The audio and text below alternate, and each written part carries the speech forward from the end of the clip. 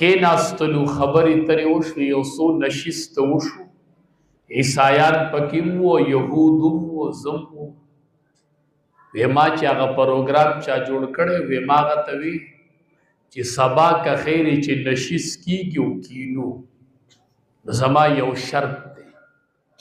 هغه شرط دا دی چې هر نماینده به د خپل آسماني کتاب تلاوت په هغه ژبه کې کوي چې په کومه ژبه کې دا کتاب نازل شوی سبا به دا نشست لګو وی هغه ټولو ته وویل چې بس هغه پم دستخط وکړو چې دا وکړي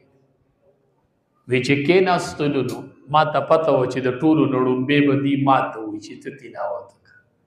وی د ټولو نه ړومبې ما ته ووایي چې ته د خپل آسماني کتاب تلاوت وکړه په هغه ژبه کې چې په کومه کې نازل شوی